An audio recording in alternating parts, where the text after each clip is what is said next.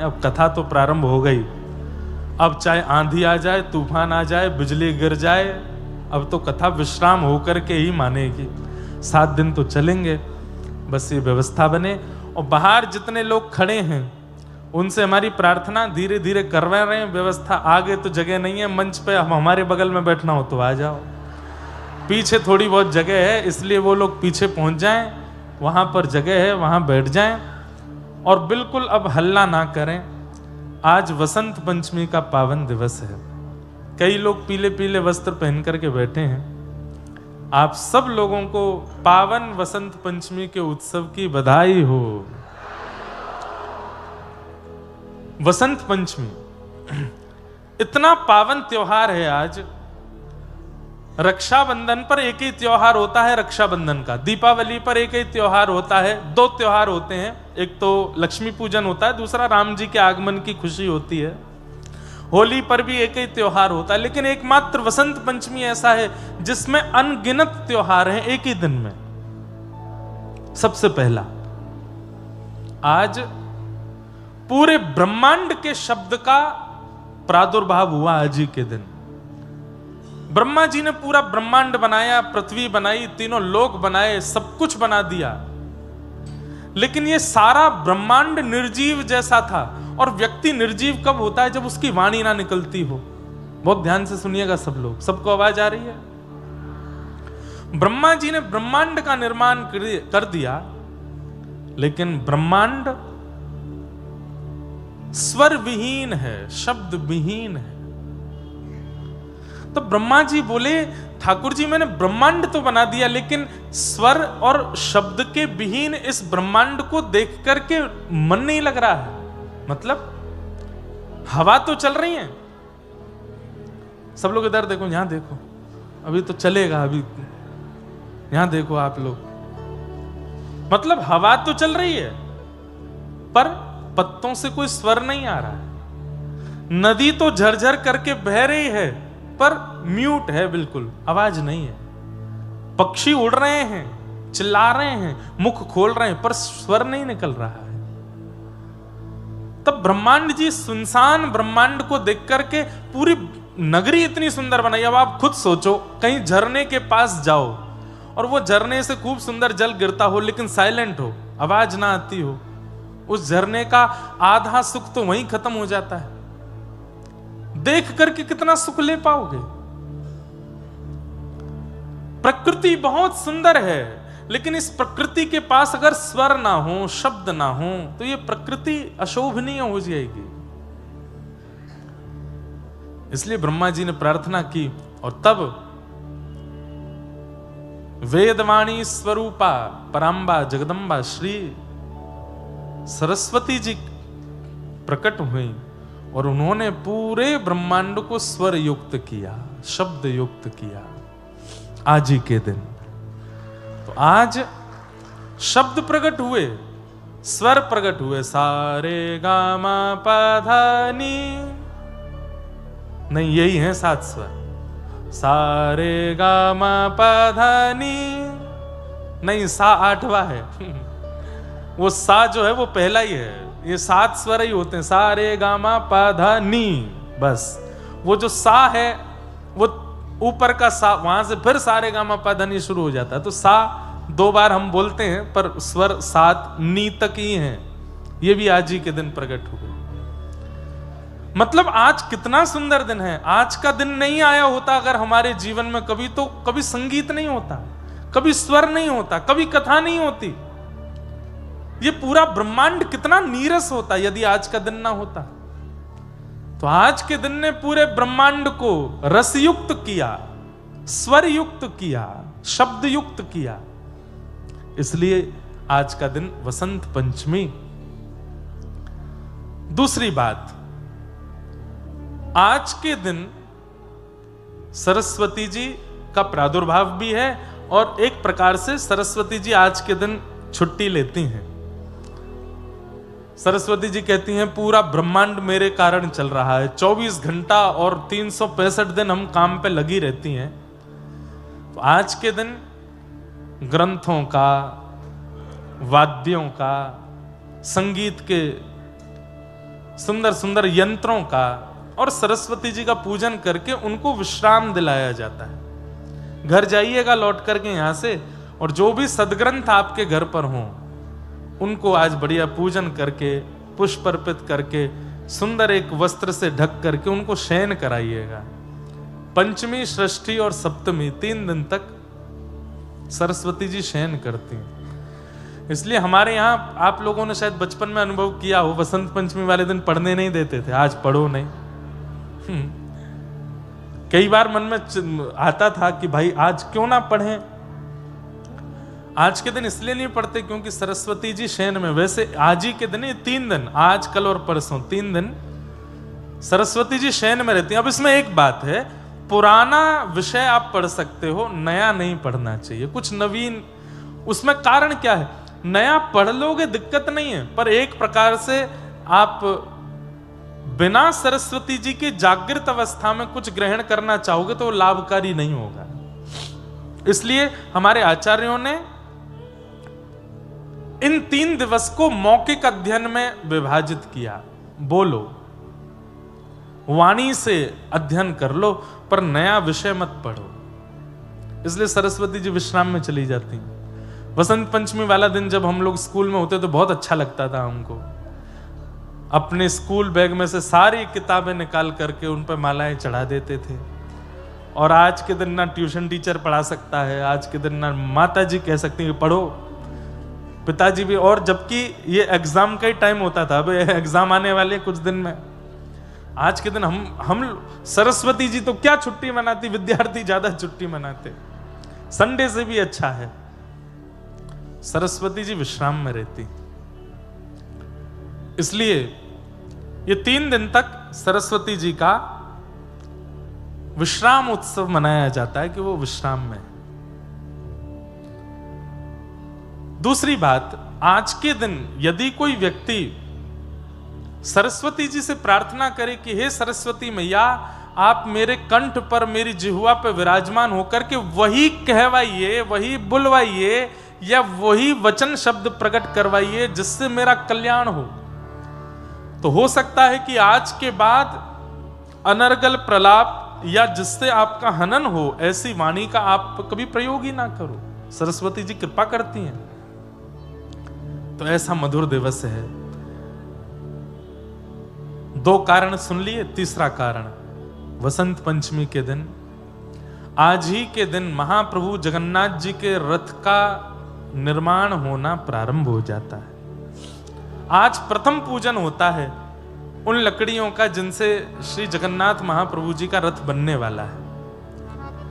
और 3 प्रमुख लकड़ियों को जगन्नाथ मंदिर के सन्मुख रख के श्री बलभद्र जी, सुभद्रा जी और श्री जगन्नाथ जी का जो रथ निर्माण होना है, वो आज उसका पूजन हो जाता है। और आज ही से शुभ कार्य होने प्रारंभ हो जाते हैं। जगन्नाथ जी के मधुर उत्सव मनाए जाते हैं आज ही के दिन से। आज ही के दिन हमारे वृंदावन का प्रकाश हुआ। क्या हुआ? प्रकाश। वृंदावन का प्रादुर्भाव नहीं हुआ आज के दिन वृंदावन का प्रकाश हुआ। मतलब वृंदावन क्या है ये लोगों को पता चलना प्रारंभ हुआ आज ही के दिन। क्यों? क्योंकि आज ही के दिन हमारे वृंदावन के सप्त नदियों के प्रथम ठाकुर श्री राधा गोविंद देव प्रभु प्रकट हुए हैं। श्री राधा गोविंद देव की। यहाँ पीछे 1 2 3 4 5 6 7 सप्तनिधि बनाए तो हैं, तो बिहारी जी 2 बार आ गए हैं, बीच में भी वहां पे भी राधा रमन जी नहीं आए हैं, तो संभवतः यहाँ राधा रमन जी आएंगे बीच में। तो इनमें गोविंद देव जी कहाँ हैं? सबरे एक जैसे ही हैं। तो ये वाले जो हैं ये गोविंद देव जी हैं। और गोविंद देव जी का गौड़िया वैष्णव तिलक होता है यहाँ पे, तो हमको पता चल जाती। गोविंद देव जी, गोपीनाथ जी और मदन मोहन जी और श्री राधा रमन जी, ये 4 गौड़िया वैष्णव तिलक में हैं। तो गोविंद देव जी का आज के दिन प्रादुर्भाव हुआ। इसी बंगाल की भूमि का कितना बड़ा योगदान है। अब देखो, वैसे तो अनेक आचार्यों ने वृंदावन की महिमा बढ़ाने में अपना अपना योगदान प्रदान किया। श्री हितरवंश महाप्रभु ने भी किया, श्री स्वामी श्री हरदास जी महाराज ने भी किया, चैतन्य महाप्रभु ने तो जाके वृंदावन की खोज की ही है। लेकिन वृंदावन प्रकाशित हुआ श्री गोविंद देव जी के आने से। बहुत ध्यान से सुनिएगा सब लोग।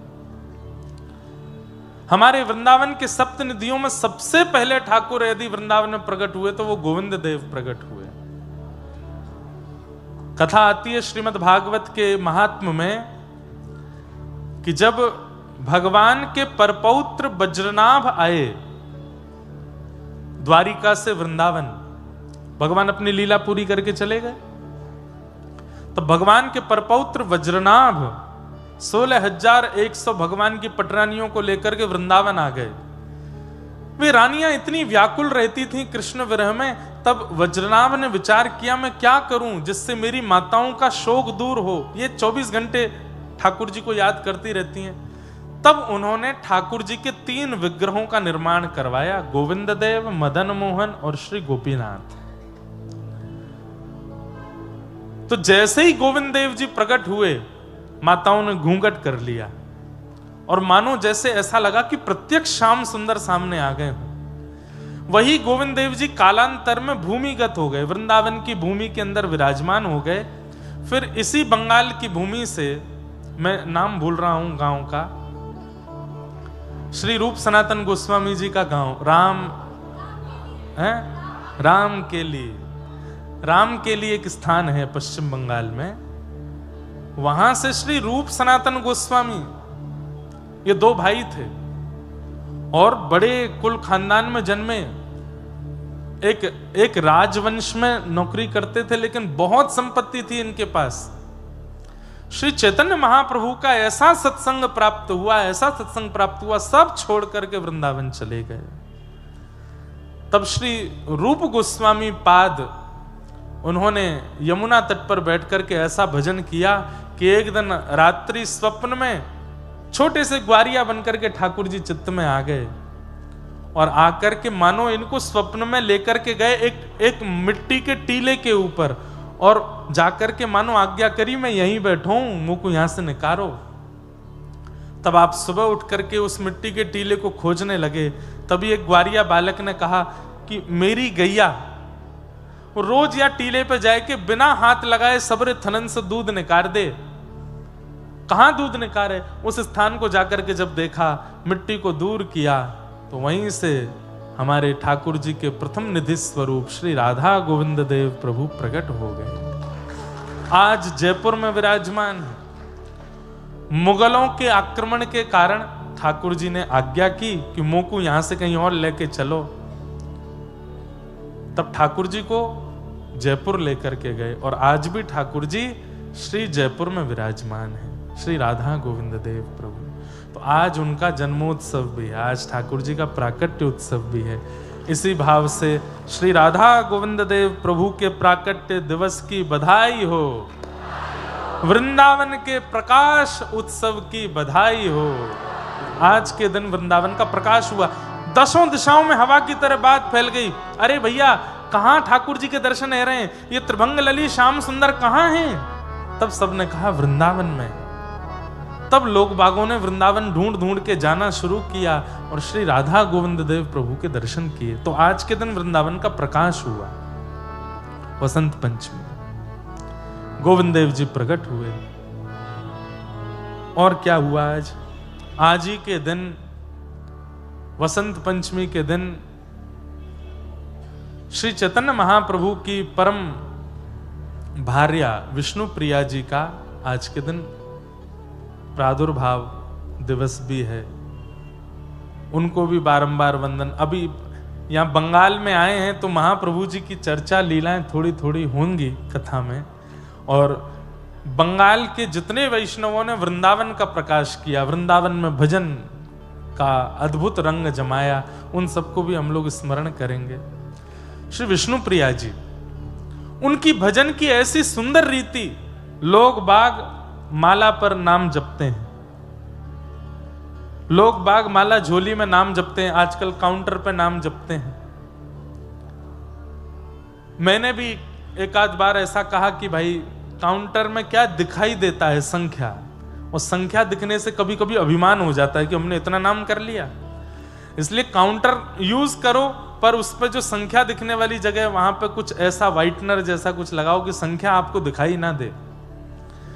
व्यक्ति का बड़ा विचित्र स्वभाव है, पाप की गिनती नहीं करता, भजन की गिनती करता है। प्रेम की गिनती नहीं करता, प्रेम की गिनती करता है और पाप की गिनती नहीं करता। मैं सुबह उठने से लेकर के रात्रि सोने तक कितने लोगों का अपमान करता हूं, कितने अनर्गल शब्दों का प्रयोग करता हूं, कितनी गंदी भाषाएं लेता हूं, कितने मन में दुर्विचार लाता हूं, इसकी कोई गिनती नहीं है। लेकिन दिन भर में यदि 5 माला भी की तो वो भी काउंट होनी चाहिए, पता होनी चाहिए कि कितना। नहीं, काउंटर रखी है हाथ में, लेकिन जब जब क्रोध करो तब तब बटन दबाओ, जब जब किसी के साथ कुछ गलत व्यवहार करो बटन दबाओ, जब किसी का अधिकार छीनो तब बटन दबाओ, किसी के हृदय को ठेस पहुंचाओ तब बटन दबाओ। और रात्रि सोने से पहले एक बार उस काउंटर को देखो, नींद नहीं आएगी आपको रात्रि में। क्यों? इतना भजन नहीं कर रहे थे हम दिन भर में जितना हम लोग गलत कर्म करते हैं। तो काउंटर पर नाम जपना है, कोई बुराई नहीं है उसमें। श्रीमद् भागवत जी आज्ञा करती है, तस्मात् केनाप्युपायेन मनः कृष्णे निमेशयेत्। किसी भी उपाय से सही भजन बनना चाहिए, हम उसका विरोध नहीं करते। लेकिन आज जिनका प्रादुर्भाव दिवस है, ऐसी विष्णु प्रिया जी, चैतन्य महाप्रभु की अर्धांगिनी, उनकी भजन की रीति सुनेंगे तो आप लोगों के हो सकता है नेत्र सजल हो जाए। क्या करती हैं महाप्रभु जी? तो सब छोड़ करके जगन्नाथपुरी चले गए।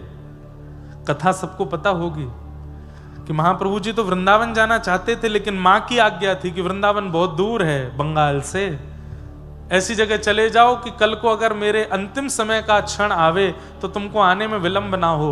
जगन्नाथपुरी भी वृंदावन है, वहां चले जाओ। तो महाप्रभु जी जगन्नाथपुरी चले गए।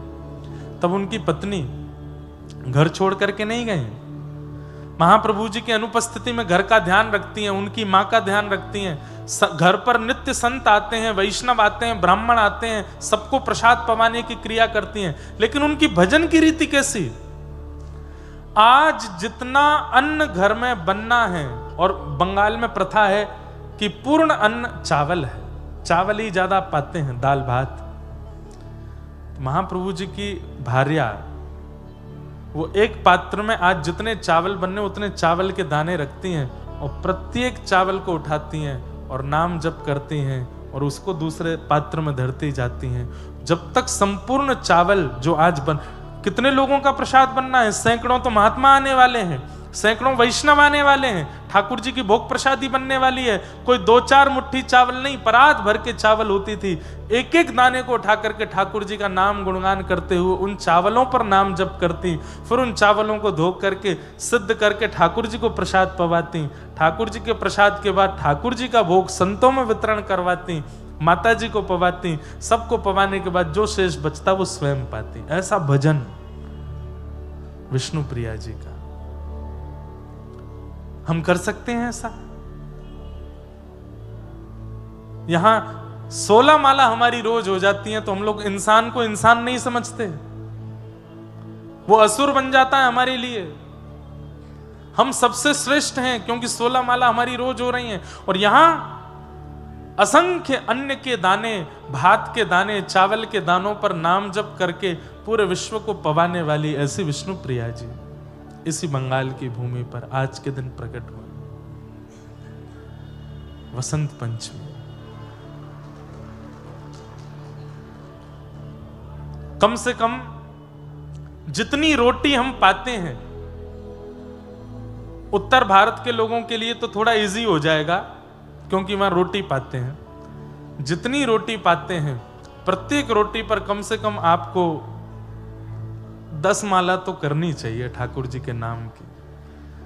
काउंटिंग करो सुबह से शाम तक, सुबह नाश्ता से लेकर रात्रि तक कितना पाते हैं आप लोग, और उतने का आंकड़ा लगा करके उतना भजन तो बनना ही चाहिए। तो ही वो अन्न आपकी बुद्धि सुधारेगा, मन सुधारेगा, नहीं तो विकृत करने में कोई कसर नहीं छोड़ेगा।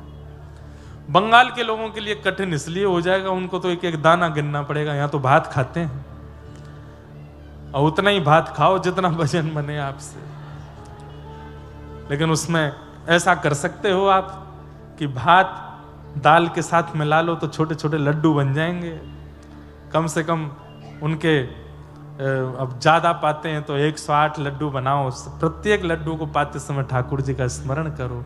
वो अन्न मन को विकृत नहीं, ये जैसा होवे अन्न वैसा होवे मन, वो वाली बात जो है, जब अन्न ही साक्षात जगन्नाथ हो गए हैं, जब अन्न ही साक्षात महाप्रभु जी का अरे वो अन्न नहीं रहेगा, वो प्रसाद नहीं रहेगा, वो महाप्रसाद हो जाएगा।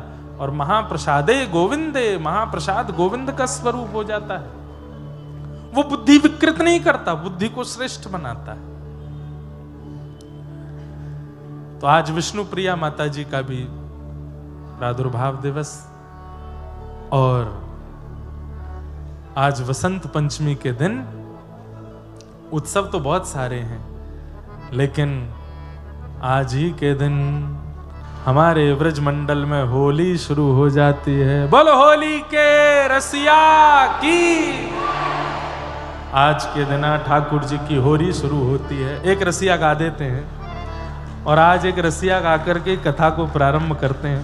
ये पहली कथा ही होगी जहां रसिया से कथा शुरू हो रही है। रसिया हमारे ब्रज में गायो करें। ओ एफ ले लो। सब लोग बैठे बैठे ही गाइएगा। रसिया समझते हैं ना, व्रज के पारंपरिक जो गायन शैली है, जो स्वयं ठाकुर जी गाते हैं, उसको रसिया कहते हैं। नित्य आयो कर, ओ नित्य आयो कर, हो रसिया को मोहल्ला न्यारो री, रसिया को, रसिया को मोहल्ला,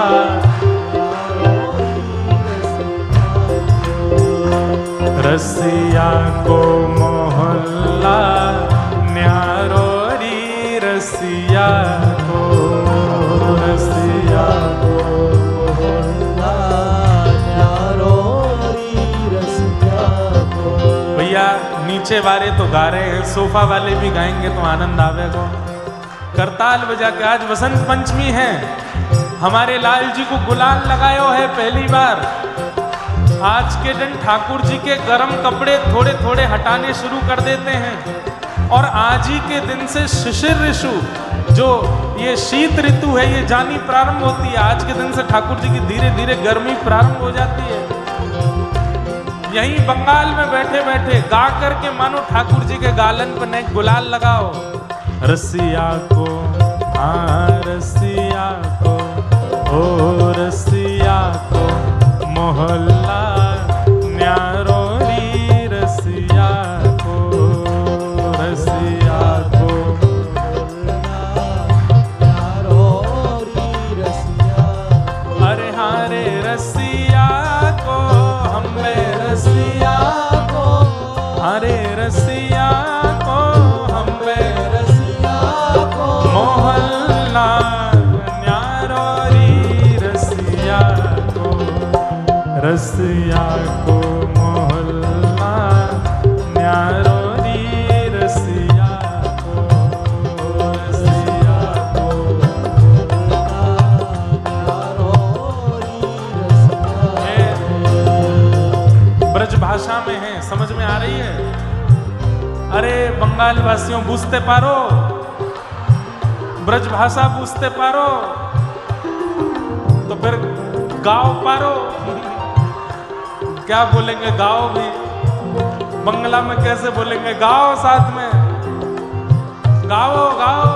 हे रसिया को मोहल्ला न्यारो री, रसिया को, रसिया को न्यारो री, रसिया को। अरे रसिया को, हमें रसिया को, अरे रसिया को, हमें रसिया को, अरे हारे रसिया को, हमें रसिया को मोहल्ला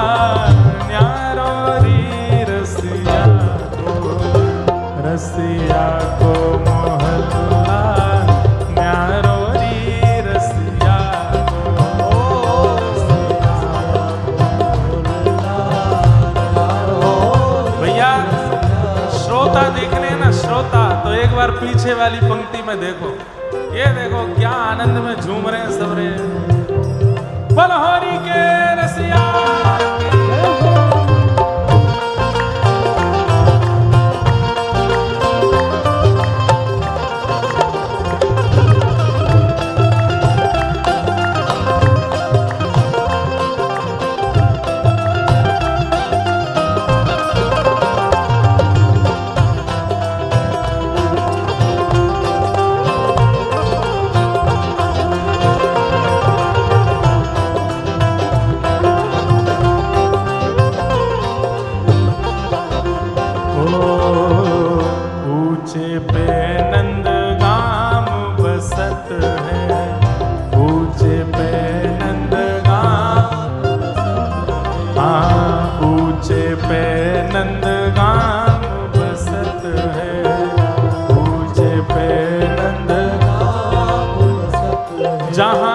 राजत वंशी वारोरी, जहाँ राजत वंशी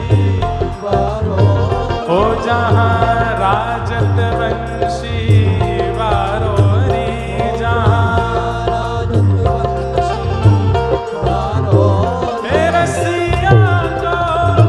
रसिया को मोहल्ला न्यारोरी, रसिया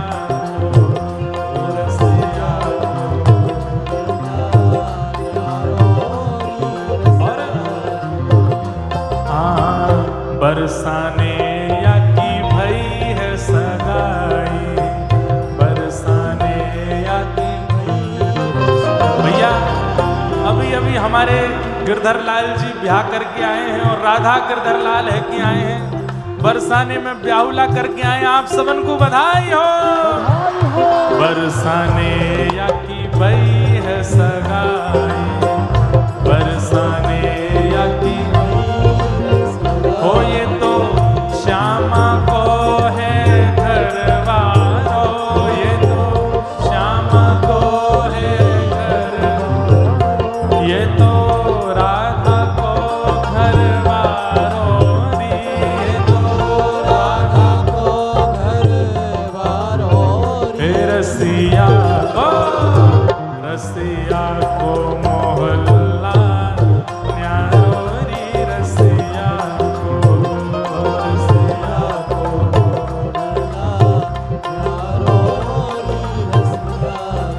हरे रसिया को, हरे रसिया को, अरे हमें रसिया को, हमारे रसिया को, अरे हरे रसिया को, अरे हरे रसिया को,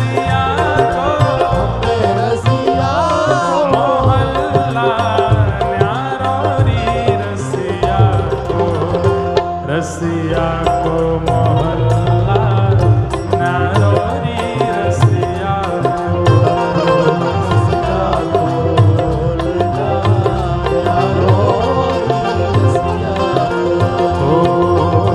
पुरुषोत्तम प्रभु कुंवर लाडलो, पुरुषोत्तम प्रभु कुंवर लाडलो, पुरुषोत्तम प्रभु कुंवर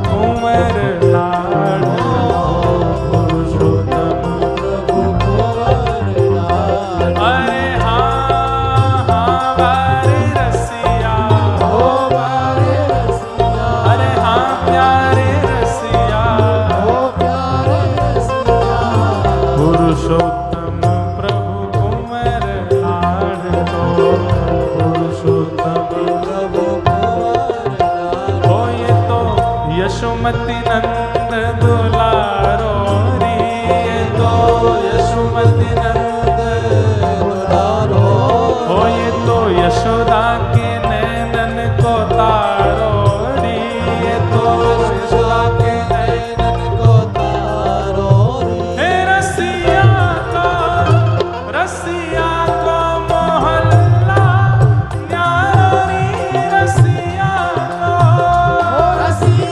को मोहल्ला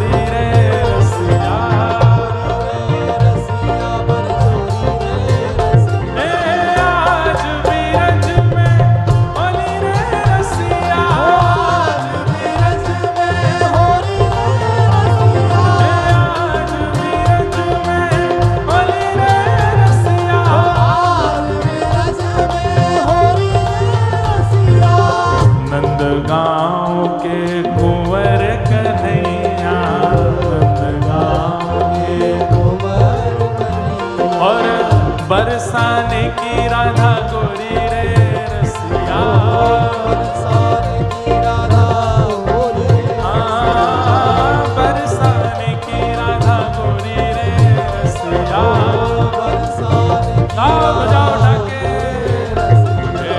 आज बिरज में होली रे रसिया,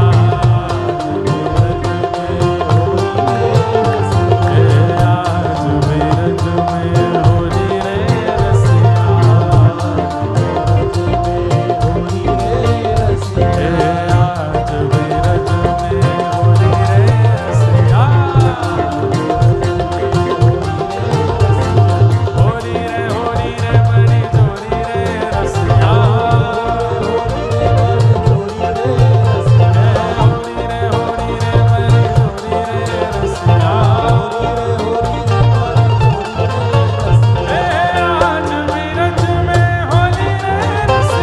आज बिरज में होली रे रसिया, आज बिरज में होली रे रसिया,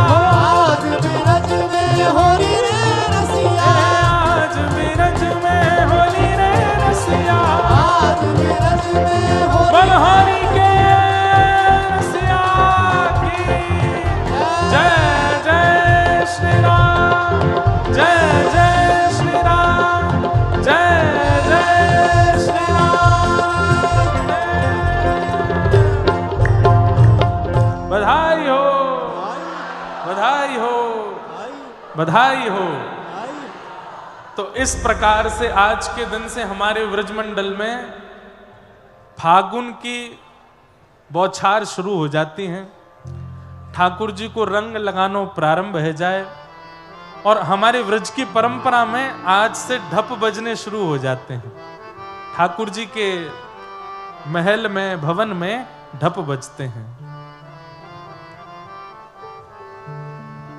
बाजन लागेरी ढप आज बाजन लागे।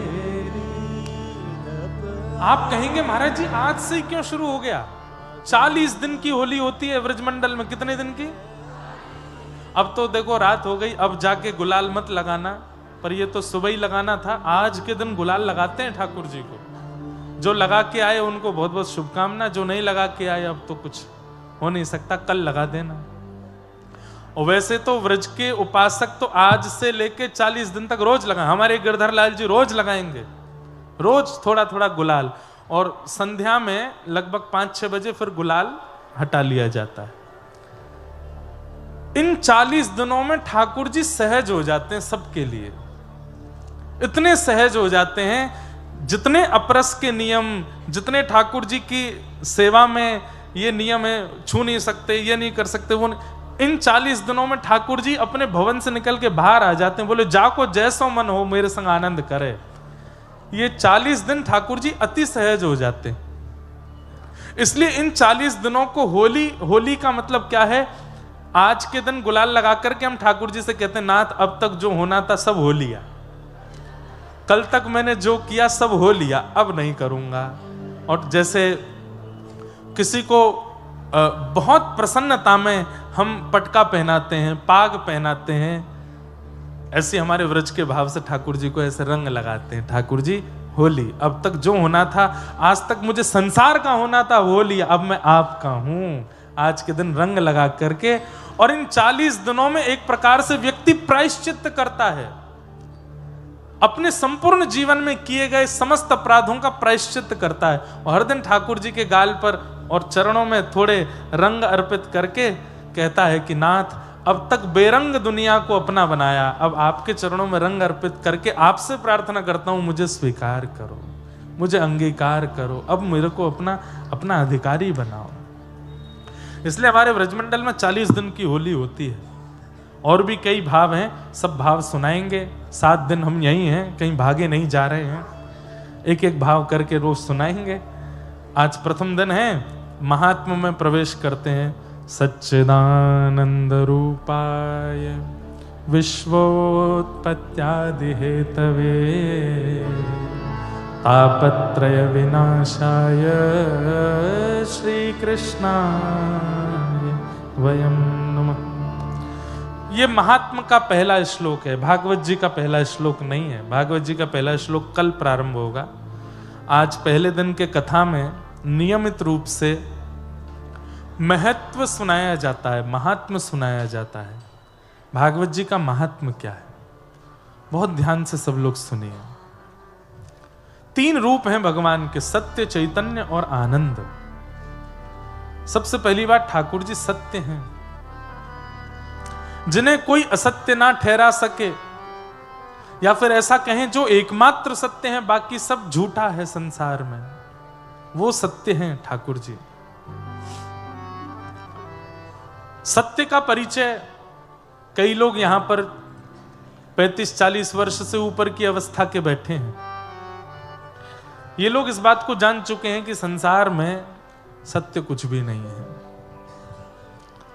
जिसको बहुत वर्षों तक अपना माना, वो भी एक समय पर आकर के अपना नहीं रहता। जिस परिवार, जिस खानदान, जिस मित्र को, जिस पड़ोसी को, जिस रिश्तेदार को, या जिस भी व्यक्ति को आपने अपना मनाने का प्रयास किया, एक समय आकर के यह निश्चित हो जाता है कि वो अपना था ही नहीं। अच्छा, एक बात, अगर उस व्यक्ति से संसारी संबंध है तो ये बात स्पष्ट हो जाएगी कि वो अपना नहीं, लेकिन उस व्यक्ति से आध्यात्मिक संबंध है तो जीवन भर निकल जाएगा, लेकिन वो आपके प्रति सत्य ही रहेगा। उसके प्रति कभी असत्य भाव नहीं आ सकता। इसलिए हम तो कहते हैं कि बिचौलिया आध्यात्मिकता को रखो, भजन को रखो। चाहे विवाह कीजिए, पत्नी को, पति को, इनको भी इसी संबंध से स्वीकार करो कि भैया हमको हमारे साथ भजन करना हो तो रहना, हमारे साथ ठाकुर जी की सेवा करनी हो तो रहना, हमारे साथ कथा सुननी हो, वृंदावन जाना हो तो रहना।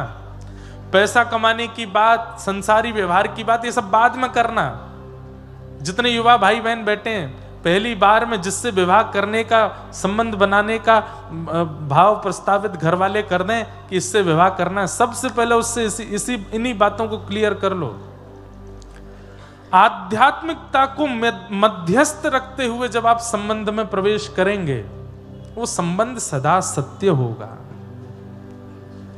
लेकिन जहां पर मध्यस्थता धन है, संसारी इच्छाएं हैं, घूमना फिरना, व्यसन करना आदि आदि है, तो वहां असत्यता का अनुभव तो होगा। किसी भी संबंध में जाइए, आध्यात्मिकता को मध्यस्थ रखिए। किसी को मित्र बनाते हैं तो उससे भी यही बात करो कि भाई देखो, तुम्हारी हमारी बातचीत होंगी, हम दोनों मिलेंगे तो आध्यात्मिक चर्चा होगी, थोड़ी कथाओं की चर्चा करेंगे। कभी तुम मुझे कोई चरित्र सुनाओ तो वो कहे भैया मुझसे नहीं होगा, तो फिर बहुत अच्छा है ना, ऐसे मित्र से दूरी बना के रखो। जो नहीं कर सकता उससे दूर रहो। आपकी आध्यात्मिक की बातें सुनकर के कोई लड़का या कोई लड़की मना कर दे कि भाई मैं ब्याह नहीं कर पाऊंगी, ये इतना मुझसे नहीं होगा, तो अच्छी बात है ना, ठाकुर जी रक्षा कर रहे हैं आपकी, मत करो उससे विवाह। इन्हीं संबंधों से आध्यात्मिकता को मध्यस्थ रखते हुए संतान की कामना रखो कि हे नाथ, हमें पुत्र हो चाहे पुत्री हो, वो भी हमें इसी भाव से प्राप्त हो कि वो कालांतर में चल करके आपका भजन करे, आपकी कथा सुने, आपके सेवा में रत रहे। भैया आज के आधुनिक भारत में और आधुनिक वर्ल्ड में एक बात मैं आपको कह दूं, मेरी बात बहुत ध्यान से सुनिएगा। पहले माता पिताओं की चिंता होती थी कि बालक पढ़ लिख करके कुछ बन जाए। पहले माता पिताओं की चिंता होती थी इसकी जॉब लग जाए, इसकी नौकरी लग जाए, अच्छा कमाने खाने वाला हो जाए, घर बना ले, अपना परिवार सेटलमेंट कर ले। पर अब इतना आधुनिक संसार हो गया है कि भूखा कोई नहीं रहने वाला है। अनपढ़ गंवार भी कुछ ना कुछ कमा खा लेगा। और आजकल सबसे ज्यादा कमाई तो चल रही है हेटर्स की, जो कुछ अच्छा नहीं कर रहे हैं वो कुछ ना कुछ वीडियोस बना बना करके अपने बना रहे हैं, उनके भी काम चल रहे हैं, उनकी भी बढ़िया चल रही है। बल्कि क्या बताएं, अनर्गल तरीके से अपने वीडियोस को बना के डालने वाले लोगों के घर बन गए, गाड़ियां आ गई घरों में, पढ़े लिखे नहीं है, बिल्कुल अंगूठा छाप हैं, स्कूल में एक बार भी पासिंग मार्क्स भी नहीं आए उनके, लेकिन खूब कमा रहे हैं। तो आजकल कमाई करना, घर बना लेना, एक प्रतिष्ठित हो जाना कोई बहुत बड़ी बात नहीं है, सब हो रहे हैं। लेकिन शुद्ध रहना, सात्विक होना, आध्यात्मिक होना, भक्त होना, भगवत संबंध की भावना चित्त में होना, ये होना बहुत मुश्किल हो गया है। इसलिए आजकल हमारा बालक पढ़ा लिखा बने, हमारा बालक बहुत योग्य बने, बहुत अच्छे कारोबार में आ जाए, ये इच्छा माता पिताओं की नहीं होनी चाहिए। हमारा बालक भक्त हो, संस्कारी हो, वैष्णव हो, ये इच्छा रखे। तो इन्हीं कामनाओं से अगर संतान की कामना भी की जाए तो वह भी सत्य संबंध स्थापित कर पाएंगे। बाहर जो कार्यकर्ता लगे उनसे कह दो कि भैया ने हल्ला नहीं मचा, में हाथ जोड़ के प्रार्थना कर दो। तो भगवान का स्वरूप क्या है? सत्य। दूसरा ठाकुर जी का स्वरूप है चैतन्य। ठाकुर जी कोई एक जड़ वस्तु में विद्यमान नहीं है, वो चैतन्य है, यथा संभव सब जगह है, सब जगह उनकी व्यापकता है। जगन्नाथ महाप्रभु के एक परम भक्त हुए, उनका नाम था बंधु महंती। क्या नाम था? हाँ, बहुत दीनहीन परिवार से थे, ज्यादा संपन्न नहीं थे, ज्यादा संपन्न नहीं, संपन्न थे ही नहीं। ऐसी परिवार की स्थिति थी कि भिक्षा मांग करके पाते थे, और जो आ जाता था उसी में पत्नी बच्चों को पवाते थे। लेकिन इन्होंने अपने घर में एक नियम बना रखा था। क्या? अब एक एक दो दो दिन तक भोजन तो बनता नहीं था घर में, तो पत्नी बच्चे इनसे लड़ते थे कि तुम कुछ करते क्यों नहीं हो। बहुत ध्यान से सुनिएगा, तुम कुछ करते क्यों नहीं हो, तुम्हारे पास कोई काम क्यों नहीं है, तुम कहीं से भोजन की व्यवस्था क्यों नहीं करके लाते। तो बंधु महंती जी अपने घर वालों से बोलते, आएगा, मैं एक काम करता हूं, मुझे एक नौकरी मिली हुई है। बोले क्या नौकरी है?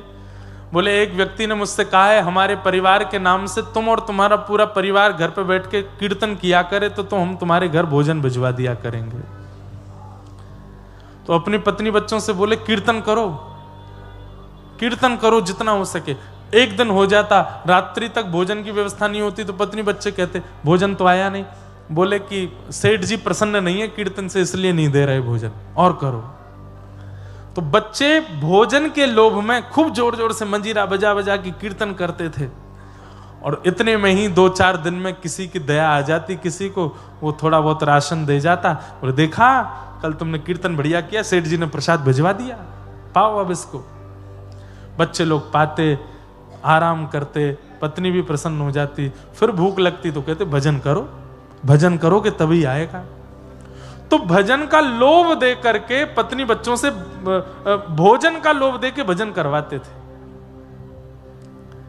बंधुओं, जिनके घर में बच्चे या फिर संबंधी जन ठाकुर जी का स्मरण नहीं करते, उनको ऐसे बहाने ढूंढने चाहिए भजन करवाने के। हम कह रहे हैं झूठ बोल के ही सही, कह दो उसको, बोले सुन तू चाहता है ना कि तेरा ब्याह उससे हो जाए? बोले हाँ चाहता तो हूं। एक ज्योतिषी जी ने बताया। बोले क्या? बोले दोनों भुजा उठा के उछल उछल के हरि नाम संकीर्तन करेगा तब तेरा ब्याह होगा। मांस मच्छी छोड़ देगा, भगवान का नाम जब शुरू कर देगा, सिर पर ब्रह्म तिलक धारण करेगा, ठाकुर जी का चंदन लगाएगा, तो उससे ब्याह होगा।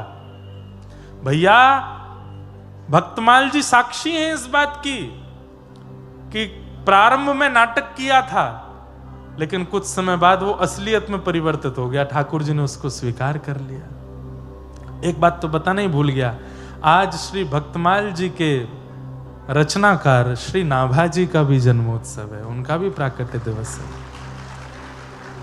श्री नाभा गोस्वामी जी, जिन्होंने भक्तमाल जी की रचना अपनी गुरु आज्ञा से की।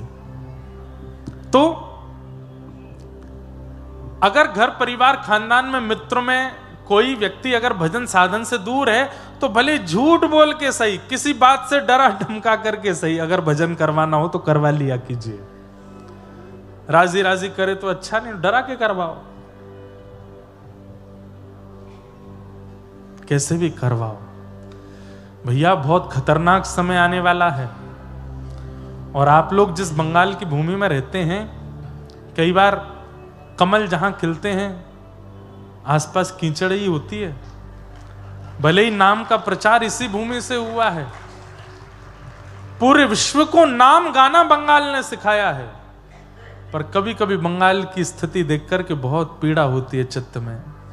आज भी चैतन्य महाप्रभु की भूमि, आज भी नाम भगवान की भूमि, आज भी गंगा मैया की समुद्र में प्रविष्ट होने वाली गंगा सागर की भूमि, आज भी श्री हमारे भागवत के कपिल देव भगवान की भूमि गौ मांस और गौ रक्त से आज भी रंगित है। ये बहुत बड़ा दुर्भाग्य है।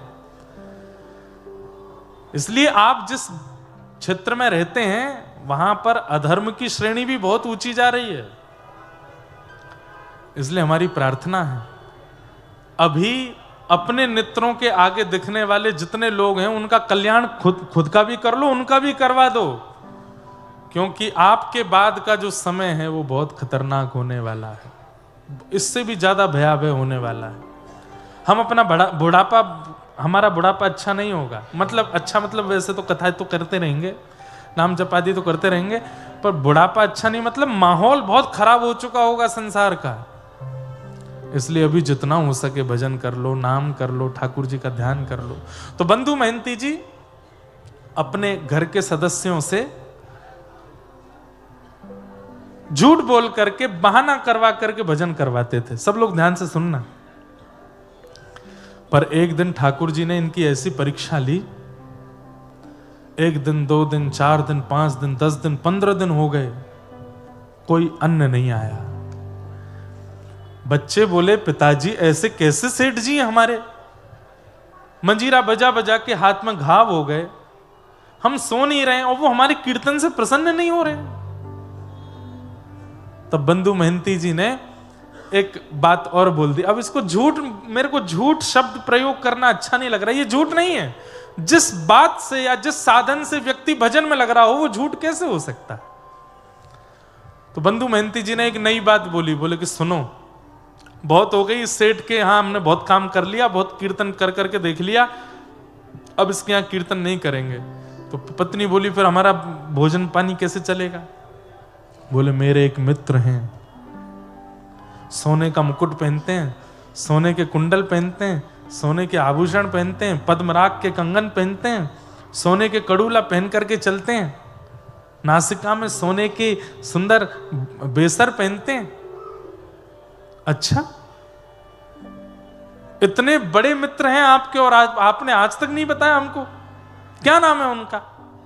बोले, मेरा नाम बंधु महंती, उनका नाम दीन बंधु, दीन बंधु नाम है। अच्छा, दीन बंधु, तो फिर देरी किस बात की, चलो उनके पास चलते हैं ना, वो हमारी दीन दशा देख करके कुछ कृपा कर देंगे हम पे। अरे दीन दशा देख के कृपा, जैसे ही जाएंगे महाप्रसाद देंगे, दाल भात देंगे, और दाल भात के साथ में बढ़िया सुंदर छेना पोड़ा भी देंगे, रसगुल्ला भी देंगे। अरे वो तो अन्न के नाथ हैं, प्रेम से लोग उनको जगन्नाथ भी बोलते हैं। अच्छा, जगन्नाथ, वो आपके मित्र हैं, ये वो भगवान जगन्नाथ तो नहीं जिनकी आप कथा सुना। नहीं नहीं नहीं, भगवान नहीं, ये मेरे मित्र हैं, इनका नाम दीन बंधु है, ले चलो ना हमें। पति ने कहा, दूरी है, 5 दिन लगेंगे पहुंचने में। पत्नी बच्चे बोले, 15 दिन से तो हम भूखे हैं, 5 दिन और सह लेंगे। चलो तो सही, वहां जाके तो दाल भात मिलेगा ना।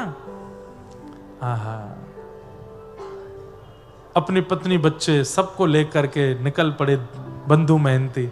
और बस अब पत्नी बच्चे तो प्रतीक्षा कर रहे हैं कि कब हम पहुंचे उनके दीन बंधु जी के पास और वो हमको प्रसाद पवाएं। और यहां बंधु महंती जी के मन में बार बार आ रही है, ठाकुर जी दीनानाथ, बस कृपा कर देना, कैसे भी करके महाप्रसाद पवा देना। मैंने झूठ पर झूठ बोले हैं पत्नी से कीर्तन करवाने के लिए, अब आपके धाम लाने के लिए भी झूठ बोला है कि आप मेरे मित्र हो, बस मेरी लाज रखना। 5 दिन बाद जैसे ही पहुंचे जगन्नाथपुरी, आहा, नील चक्र विराजमान, और नील चक्र के ऊपर जब ध्वजा लहराती हुई देखी बंधु महंती जी ने, देवी देखो देखो वो नील चक्र दिख रहा है। बोले हाँ हाँ दिख रहा है, उसी के नीचे ही बैठते मेरे मित्र दीनबंधु।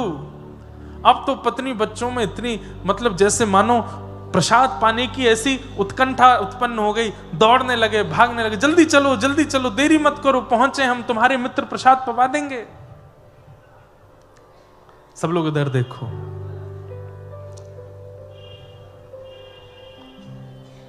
पहुंच गए।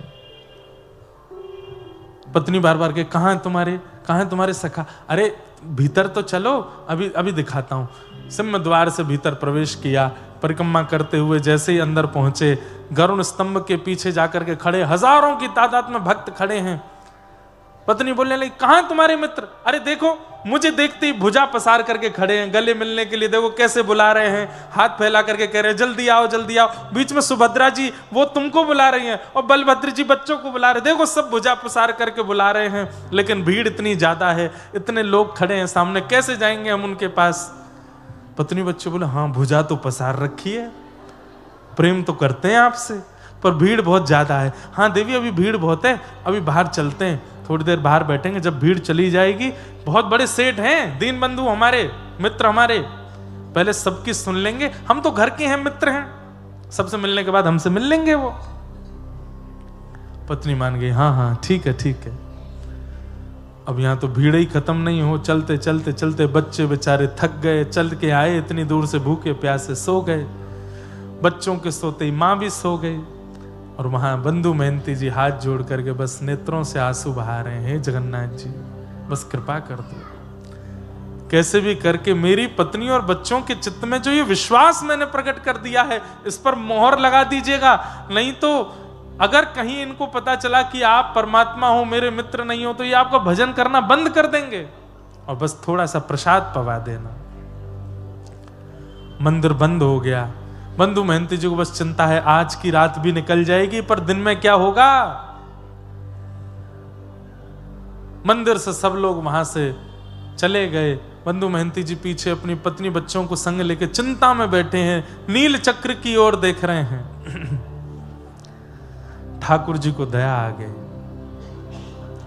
और तुरंत ठाकुर जी, महाप्रभु जगन्नाथ जी अपने रत्न वेदी से उतर करके बाहर आए, मंडप से निकल के सीधे रसोई घर में गए, अपने गले का फेंटा लेकर के कमर पे बांधा, और ढूंढने लगे कहां है सामग्री। स्वर्ण का थाल जिसमें महाप्रभु जी प्रसाद पाते हैं, उस थाल को लेकर के हंडियों से सुंदर महाप्रसाद, उसमें दाल माँ और कटहल की सब्जी और जितने सामग्री महाप्रसाद में बनती हैं, सब सामग्रियां तैयार करके, लड्डू पेड़ा आदि सब बिल्कुल जमा करके, खूब सारा प्रसादी लेकर के, और बिल्कुल अपने कमर पर अपने कंधे पर रख करके, और ठाकुर जी एक रूप बदल करके कमर पर हाथ धर के, और मंदिर के चारों ओर ढूंढने लगे, अरे भैया कोई बंधु महंती नाम का भक्त है क्या? बंधु महंती जी ने जैसे नाम सुना, बोले मेरा नाम कौन बुला रहा है? तभी दूर से देखा, नील वर्ण है, ऊंचा कद है, और यहां थाल लिए, बिल्कुल कंधे पे लिए ढूंढ रहे हैं। सुनसान रात्रि का समय, सब सो चुके हैं। बंधु महंती जी बोले, भैया मैं ही हूं बंधु महंती। बोले चल चल, झूठ बोलता है, तू कैसे बंधु महंती हो सकता है? अरे नहीं, मैं ही बंधु महंती हूं, पर आपको मेरा नाम कैसे पता? अरे क्या बताऊं, मैं महाप्रभु जगन्नाथ जी की सेवा में रहता हूं, सेवा करके अपने घर चला गया, रात्रि में जाके जैसे ही सोया तो महाप्रभु जी स्वप्न में आ गए। स्वयं जगन्नाथ जी बोल रहे हैं, महाप्रभु जी स्वप्न में आए, और स्वप्न में आकर के अपने सुदर्शन चक्र को मुझे दिखाने लगे। बोले मेरा सखा आया है, मेरा मित्र बंधु महंती आया, और अभी तक भूखा बैठा है, उसको किसी ने महाप्रसाद नहीं पवाया, तुम जाके उसको महाप्रसाद पवाओ, नहीं तो मेरा सुदर्शन चक्र चला कर जल करके पूरे तीर्थ क्षेत्र में जितने लोग हैं सबका वध कर देगा। डर के मारे भैया मैं तो आया हूं, पर तुम सखा तो लगते नहीं उनके। बंधु महंती जी रोने लगे, बोले मैं ही सखा हूं, मैंने उनको हृदय से सखा माना है। अच्छा तुम सखा हो? बोले हाँ। तो पूरे विश्व को पता है कि उनका नाम जगन्नाथ है, लेकिन उन्होंने मुझे स्वप्न में बताया था कि तुम इन्हें किसी और नाम से पुकारते हो, वो नाम बताओ। बंधु मेहंती जी बोले दीन बंधु। जैसे ही कहा दीन बंधु, ठाकुर जी थाल लेकर, अरे हाँ यही तो नाम है उनका, यही तो नाम बताया था। पूरा विश्व उनको जगन्नाथ कहता है, पर वो स्वप्न में बोल के गए थे, मेरा मित्र बंधु मेहंती मुझे दीन बंधु बोलता है। बंधु मेहंती जी बोले सच में उन्होंने आपसे स्वप्न में कहा कि मैं उनका सखा हूं? बोले हाँ मुझे बोल के गए। बोले एक बात सुनेंगे? बोले क्या? मेरी पत्नी बच्चों को बता दोगे यही बात बिल्कुल कि मैं उनका सखा हूं, ऐसा उन्होंने बताया। पत्नी बच्चों को उठाया रात्रि में और देखो देखो कौन आया, और इनको पूरी बात बताओ, बस इनके चित्त में ये विश्वास प्रकट करा दो कि वो मुझे अपना सखा मानते हैं। बोले कि हाँ उन्होंने सखा माना है और ये प्रसादी भेजी है। प्रसादी पे से वस्त्र हटाया, आहा इतना प्रसाद, अद्भुत प्रसाद। बंधु मेहंती जी और पूरा परिवार ठाकुर श्री जगन्नाथ जी के निज थाल में बैठ करके पा रहे हैं। और इतने में जगन्नाथ जी बोले अच्छा मैं चलता हूं, मेरे जाने का समय हो गया, सुबह उठ करके थाल धो धा करके भीतर दे जाना, ठाकुर जी का है। बंधु मेहंती जी बोले ठीक है। ठाकुर जी जाकर के व्यवस्थित हो गए। यहां सुबह जैसे ही द्वार खुले और ठाकुर जी का मंगला भोग लाने के लिए थाल ढूंढा गया, थाल ही नहीं मिले। कैसे ठाकुर जी खेलते हैं। पूरे जगन्नाथपुरी में हल्ला हो गया, ठाकुर जी का रत्न थाल खो गया, ठाकुर जी का रत्न थाल किसी ने चुरा लिया। इतने में बंधु मेहंती जी बढ़िया मांज मूंज करके, बढ़िया साफ करके और सिर पर धर के थाल लेकर के आ रहे थे। जैसी थाल पर दृष्टि पड़ी सब पुजारी दौड़े, ए तो जगन्नाथ महाप्रभु का थाल है, तुम कहां से लेकर के गए? बोले रात में इसी में तो महाप्रसाद पाया था हमने। एक पुजारी जी थे लंबे से चौड़े से, नीले नीले से, वही दे के गए। पुजारियों ने कहा ये झूठ बोल रहा है, ये चोरी करके थाल भागा, लेकिन श्री क्षेत्र से बाहर जाने पर कोई अड़चन आ गई होगी इसलिए वापस करने आ गया है, इसको पकड़ लो, बंदी बना लो। पकड़ करके बंदी बना करके खूब मारा, इतना मारा इतना मारा। बोले चोर चोरी करता है। बंधु मेहंती जी के तो नेत्र बंद हो गए। वाह जगन्नाथ महाप्रभु, बड़ी कृपा, बड़ी कृपा। रात में आकर के मुझे महाप्रसाद पवाते हो, अपना सखा बताते हो, अपने थाल में भोजन कराते हो, खुद ही कह जाते हो कि सुबह आके दे जाना, और मैं देने आया तो मेरी पिटाई करवा रहे हो। ठाकुर जी ने तुरंत पुरी के राजा को स्वप्न आदेश किया कि मेरा सखा है बंधु मेहंती, उसको पुजारी लोग मार रहे हैं, तुम जाकर के अभी रोको और उसको जो दंड दिया है, उसको जो पीड़ा दी है, उसकी भरपाई करो। बोले क्या? आज के बाद जब तक जगन्नाथपुरी में मैं विराजमान हूं तब तक हमारे मंदिर में जितनी चढ़ोतरी आती है, जितना धन आता है, जितनी संपत्ति आती है, सबका कारभार देखने की जिम्मेवारी बंधु मेहंती को दे दो। आज तक उनका परिवार उस सेवा को कर रहा है। तब राजा ने आकर के, बंधु मेहंती जी को अभी तक नहीं पता, वही ढूंढ रहे हैं वो लंबे कद वाले पुजारी जी कहाँ हैं। तब राजा ने आके कहा वो लंबे कद वाले कोई पुजारी नहीं है, तो स्वयं जगन्नाथ जी आए थे प्रसाद पवाने के लिए। आहा, ऐसे हमारे महाप्रभु जगन्नाथ जो सबका ध्यान रखते हैं। अहे नीला शैला प्रवर मतावरण प्रबल मतावरण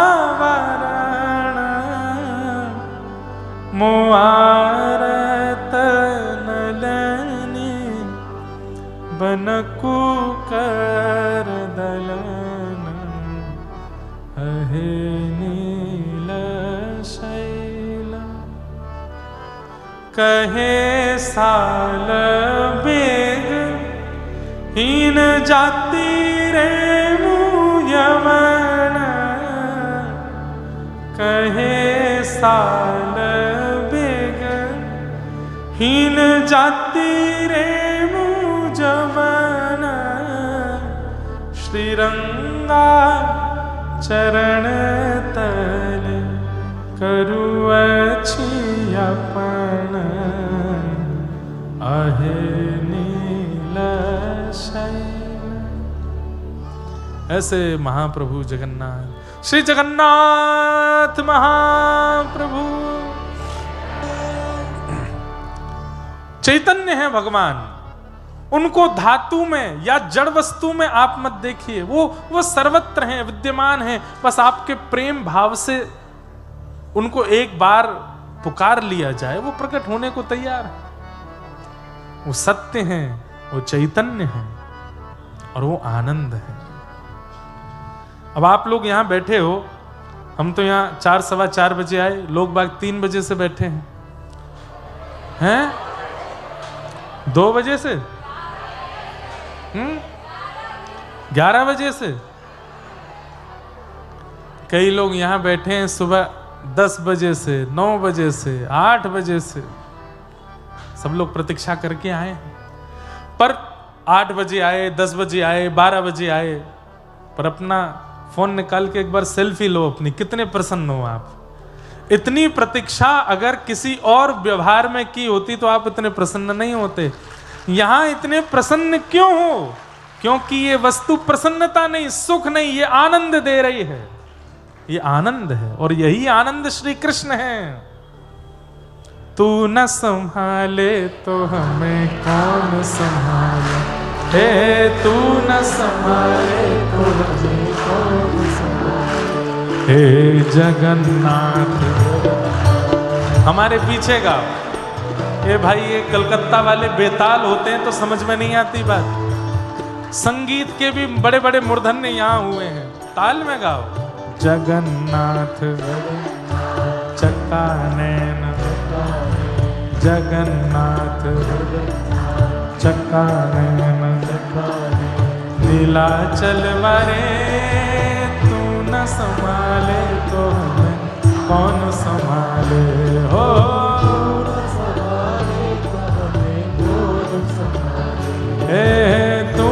संभाले तो हमें कौन संभाले, हो तू न संभाले तो हमें कौन संभाले, हे जगन्नाथ चक्कानैन, हे जगन्नाथ हे चक्कानैन, ओ नीलाचल वारे तू न संभाले तो हमें कौन संभाले,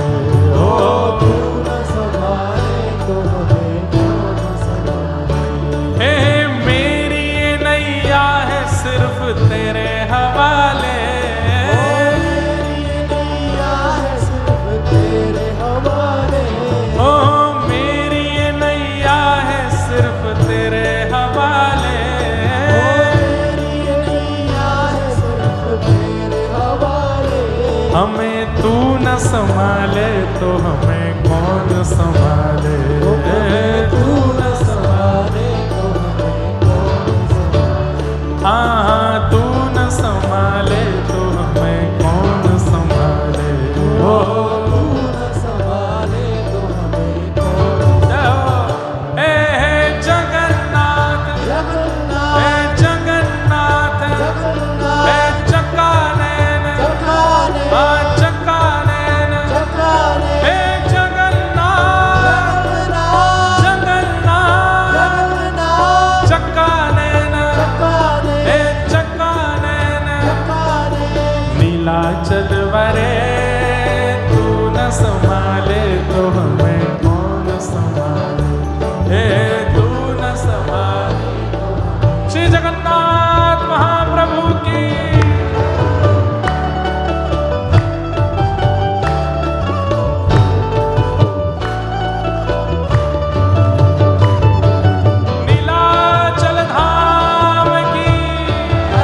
बलभद्र सुभद्रा मैया की।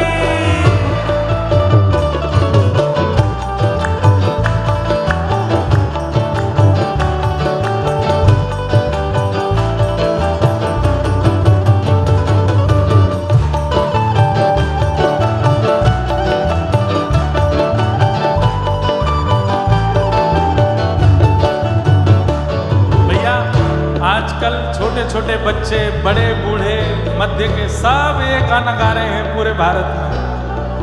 हमें मन में एक भाव आता है लोग बाग कभी कभी बंबई वाले लोगों से बहुत इन्फ्लुएंस होते, बंबई वाले लोग समझ रहे हो, बड़े बड़े एक्टरों से, बड़े बड़े फिल्म सितारों से, और उनसे इन्फ्लुएंस होके उनकी तरह बाल रखेंगे, उनकी तरह खुले हुए कपड़े, फटी हुई जीन्स पहनते हैं। अरे उन लोगों से इन्फ्लुएंस होने से अच्छा जगन्नाथ जी से इन्फ्लुएंस हो रहे हैं। आज भारत के बच्चे बच्चे जगन्नाथ बन रहे हैं, श्री जगन्नाथ जी का रूप। अरे कम से कम इतनी देर जब बोलते हैं और जब मुद्रा बनाते हैं, उतनी देर के लिए चित्त में महाप्रभु प्रकट हो जाते हैं। जगन्नाथ जगन्नाथ चक्कानैन, हे चक्कानैन, नीलाचल वरे तू न संभाले तो हमें कौन संभाले, तू न संभाले। हमारे पूज्य श्री राधा कृष्ण महाराज जी नानी बाई को मायरो ठाकुर जी की मधुर मधुर कथा कह करके जिन्होंने हमें भी उत्सव करना सिखाया, वो गाते हैं। जगन्नाथ स्वामी मेरे नैनों के तारे, जगन्नाथ स्वामी मेरे नैनों के तारे, हे जगन्नाथ स्वामी मेरे नैनों के तारे,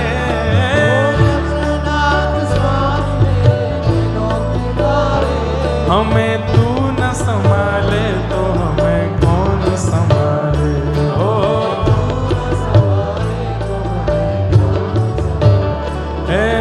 तू न संभाले तो हमें कौन संभाले, हो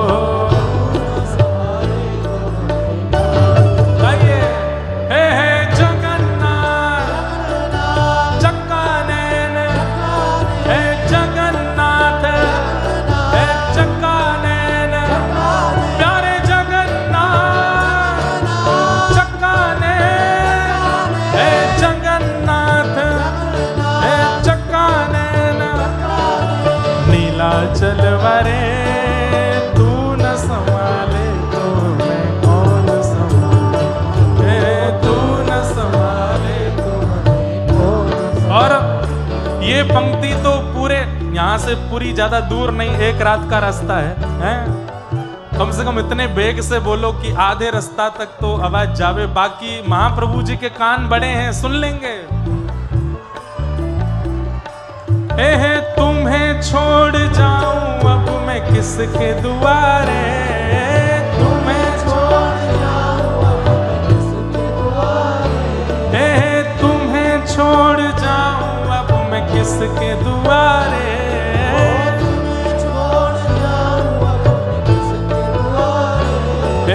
मेरे सगरे काज स्वामी आप संभाले, हो मेरे सगरे काज स्वामी आप संभाले, हाँ मेरे सगरे काज स्वामी आप संभाले, हो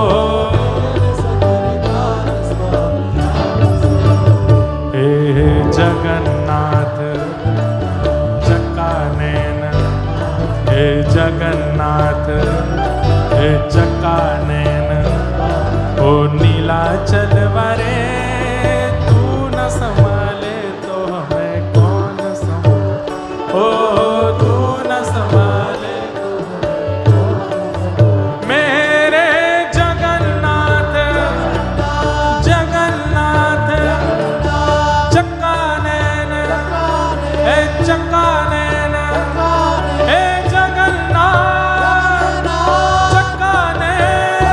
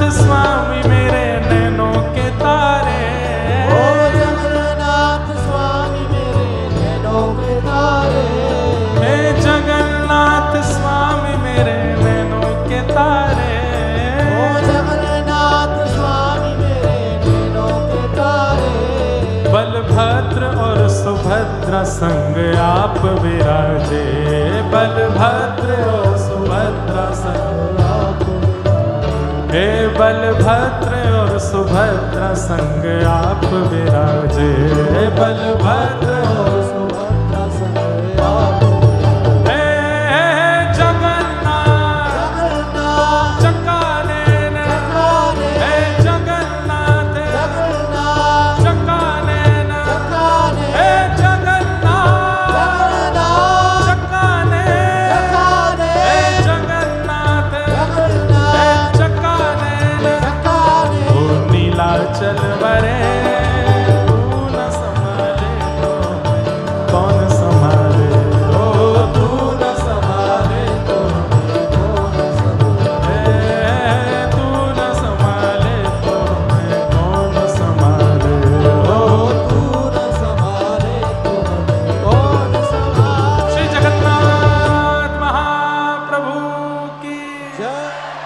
सब लोग बैठ जाओ। ऐसे बंधु मेहनती के ऊपर कृपा करते हैं, क्यों? क्योंकि ठाकुर जी आनंद स्वरूप हैं, आनंद प्रदान करते हैं। सच्चिदानंद रूपाय विश्वोत्पत्त्यादि हेतवे, विश्व की उत्पत्ति, पालन और संहार के जो हेतु हैं, तापत्रय विनाशाय, 3 प्रकार के तापों का जो विनाश करते हैं, ऐसे श्री कृष्णाय वयं नमः, ऐसे श्री कृष्ण को हम बारंबार प्रणाम करते हैं। बंधुओं, अज्ञानध्वांत विध्वंस कोटि सूर्य समप्रभ, सूताख्या हि कथासारं मम कर्ण रसायनम्, चिंतामणिर्लोक सुखम सुरुद्रुः स्वर्ग संपदम, प्रयच्छति गुरु प्रीतो वैकुंठम योगी दुर्लभम।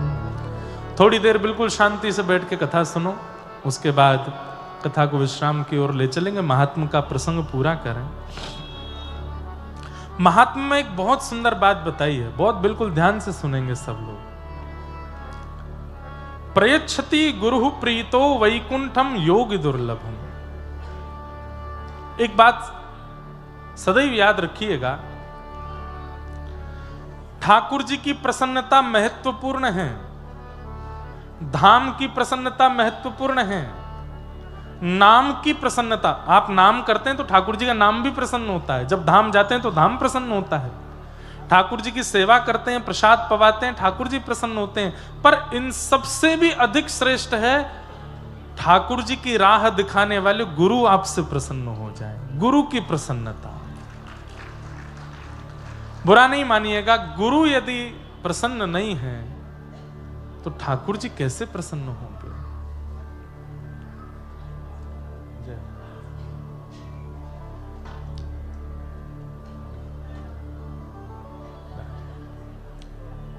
विराजो सब लोग। संत भगवान की जय। तो गुरु की प्रसन्नता बहुत महत्वपूर्ण है। हमारे भारत में एक संत हुए, भक्त हुए, गुरुनिष्ठ हुए, उनका नाम था खोजी जी। क्या नाम था? उनके गुरु जी उनको सेवा में रखते थे, निज सेवा में। तो एक दिन शंका निवृत्त होने के बाद हाथ धुला रहे थे शिष्य खोजी जी अपने गुरु जी के। तो हाथ धोते धोते शिष्य गुरु जी हंस गए। तो खोजी जी ने पूछा, गुरुदेव आप इतनी जोर से हंसे, आपकी हंसी का कारण?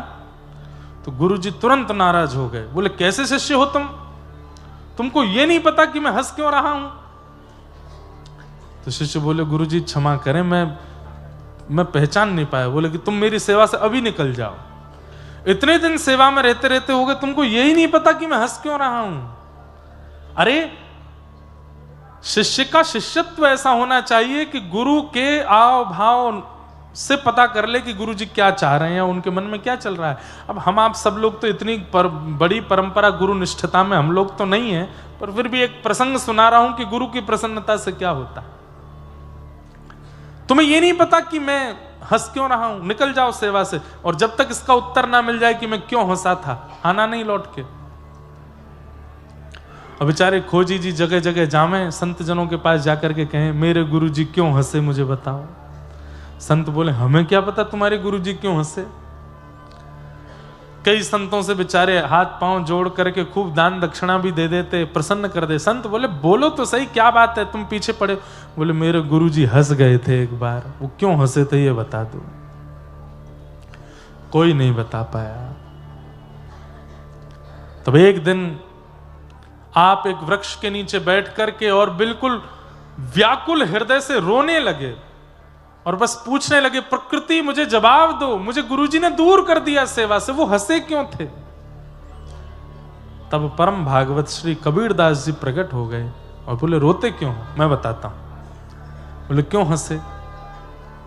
बोले तुम्हारे गुरुजी इसलिए हंसे कि जब लघु शंका के बाद वो हाथ धो रहे थे, उसी समय पीपल के वृक्ष का एक बीज वहां गिरा हुआ था और हाथ धोने पर वो जल जो था वो पीपल के उस बीज को बहा के ले गया। तो गुरुजी हंसने लगे, बोले वारे बीज, तू ही अगर भूमि के अंदर प्रविष्ट हो गया होता, वृक्ष बन गया होता, तो तुझे नारायण मान करके पूरी दुनिया पूज रही होती।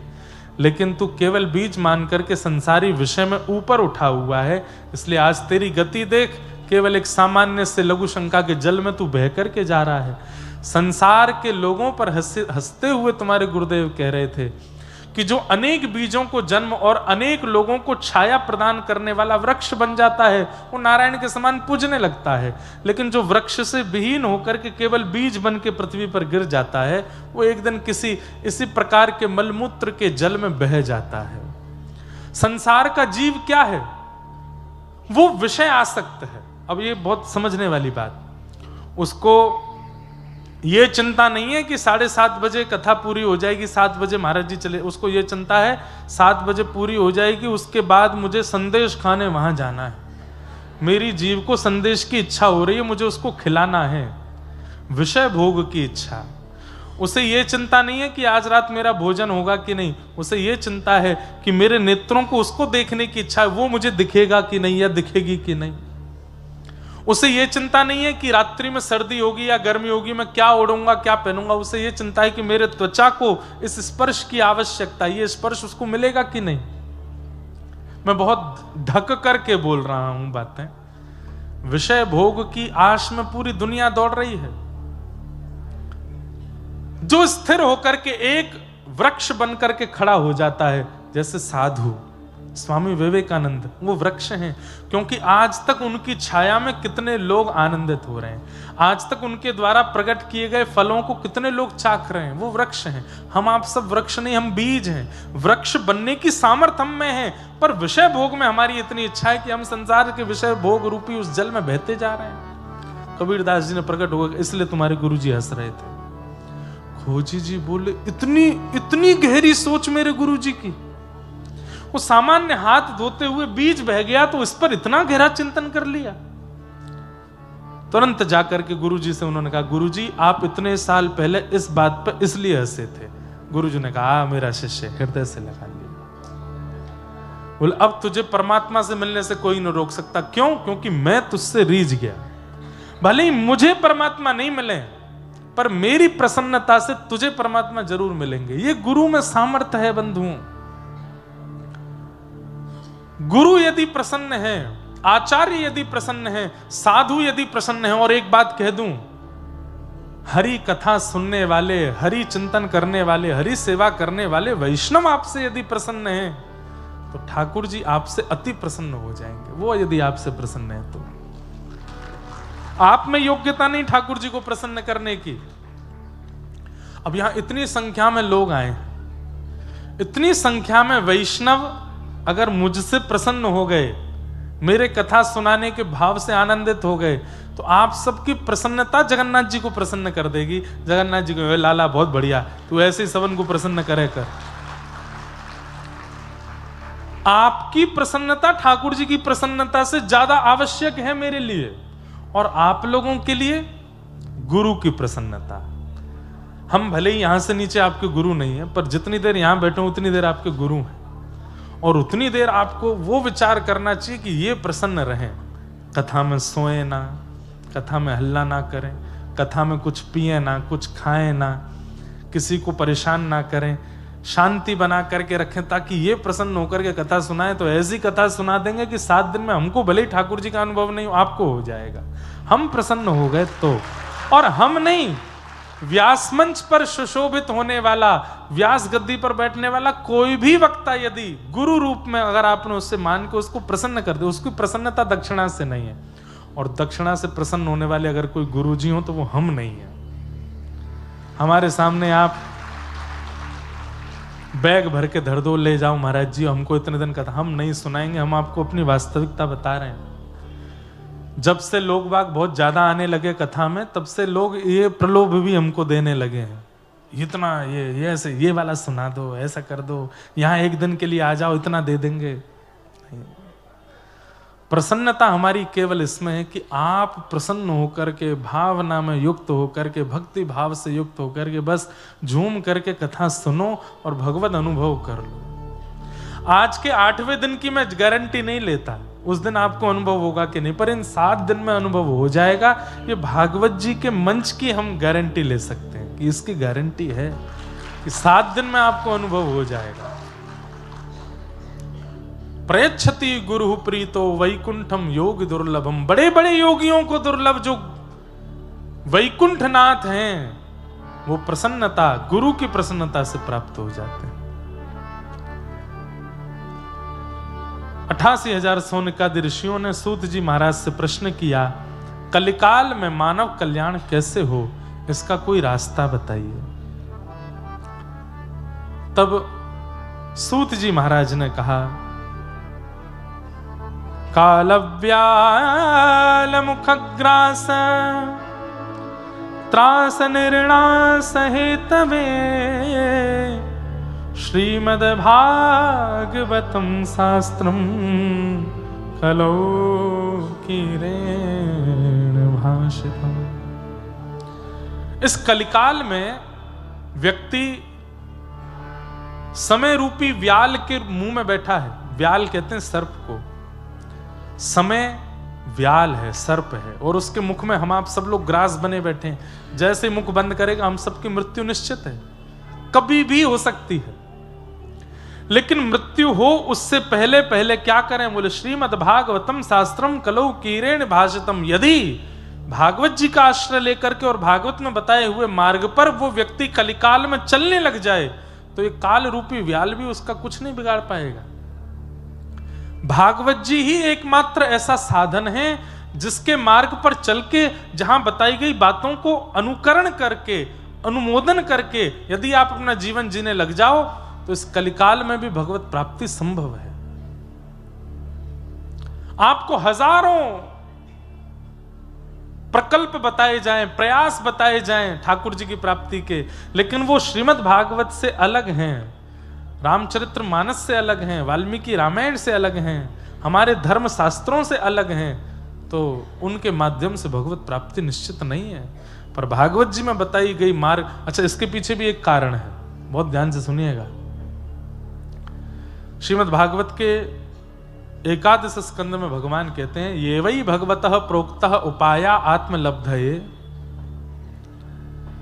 व्यास मंच पर बैठकर के व्यास जी भागवत जी के जो मार्ग बता रहे हैं मेरे भक्तों को मेरी प्राप्ति के लिए, उस पर जब आप चलने लगते हो तो ठाकुर जी की जिम्मेवारी बन जाती है कि वो आपको मिलें। क्यों? क्योंकि ये मार्ग ठाकुर जी ने ही बनाया है। इस मार्ग का निर्माण ठाकुर जी ने ही किया है। ठाकुर जी वहां स्पष्ट कहते हैं, अंजह पुंसाम विदुषाम वृद्धिम भागवतान हितान। यदि मेरे बताए गए मार्ग पर व्यक्ति चलने लगे, आंख बंद करके भी चलने लगे, तो उसे मेरी प्राप्ति निश्चित होगी। तब किसी ने कहा, यदि आपके बताए गए मार्ग पर चलते चलते कोई गिर गया तो? बोले जब गिरेगा तो गिर करके भी, जब गिरेगा तो उसे उठाने के लिए भी मैं ही जाऊंगा, क्योंकि वो मेरे मार्ग पर चल रहा है। समझ में आई बात की? ऐसे ही पड़पड़ ताली बजा दी है। जैसे आप लोग एक्सप्रेसवे पे जाते हैं तो एक्सप्रेसवे पे जगह जगह टोल नंबर लिखे रहते हैं, टोल फ्री नंबर, और वहां बार बार आपसे कहा जाता है कि भैया पहली बात तो 100 से ऊपर गाड़ी मत चलाना, और बाय चांस चलाओ भी और कहीं दुर्घटनाग्रस्त हो जाओ तो ये नंबर सेव रखना, इस पर तुरंत कॉल करना, तो इमरजेंसी कार आकर के आपको तुरंत सहायता करके लेके जाएगी। ये उनकी जिम्मेवारी है। वो पहले आपको सावधान करेंगे कि इस मार्ग में इन बातों का सावधान, इन बातों की सावधानी। देखो बाहर से मैं भी डिस्टर्ब हो रहा हूं, पर मैं कथा कह रहा हूं ना, आप लोग भी सुनो, मत देखो बार बार, बहुत बढ़िया चल रहा है, मन चलने दो। एक्सप्रेसवे वालों की जिम्मेवारी है कि वहां आई हुई प्रत्येक गाड़ी सही सलामत वहां से नीचे उतरे, अपने गंतव्य पर पहुंचे। बीच में अगर वो दुर्घटनाग्रस्त होती है तो एक्सप्रेसवे के कार्यकर्ता और वहां की गाड़ियों की जिम्मेवारी बनती है कि आपको सही सलामत निकाल करके हॉस्पिटल आदि वो जो भी है लेके जाएं। हम कह रहे हैं दुर्घटना ना भी हो, पंचर हो जाए तो भी एक्सप्रेसवे वाले ही आते हैं हवा भरने के लिए, आपकी गाड़ी टो करने के लिए। ठीक वैसे ही ये ठाकुर जी का भक्ति पथ वे है, भक्ति पथ वे है। जब तक इस पे नहीं चलना शुरू करते हैं तब तक ठाकुर जी कहते हैं हमारी कोई जिम्मेवारी नहीं, तू चाहे जो कर, चाहे तुम जल तोरई खाओ। जल तोरई जानते हैं? अमी बूझते पारो ना।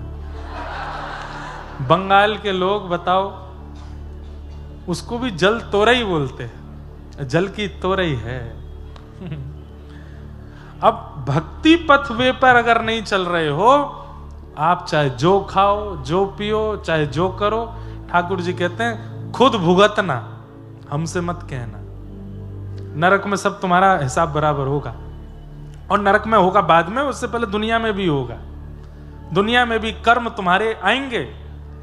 लेकिन जब भक्ति पथ पर आप चलने लगते हैं, भक्ति पथ वे पर आप चलने लगते हैं, तो ठाकुर जी की जिम्मेवारी बन जाती है कि आप गिरो ना, और कहीं गिरो तो संभालने के लिए ठाकुर जी ही आएंगे, ठाकुर जी उठाने आएंगे। बस टोल फ्री नंबर अपने पास में रखना। टोल फ्री नंबर बहुत सारे हैं। ओम नमो भगवते वासुदेवाय एक टोल फ्री नंबर, हरे कृष्ण कृष्ण कृष्ण हरे हरे, हरे राम राम राम हरे हरे। दूसरा toll free number, Radhe Krishna Krishna Krishna Radhe Radhe, Radhe Shyam Shyam Shyam Radhe Radhe. तीसरा टोल फ्री नंबर। चौथा, जय जय राधा रमण हरि बोल, जय जय राधा रमण। पांचवा टोल फ्री नंबर।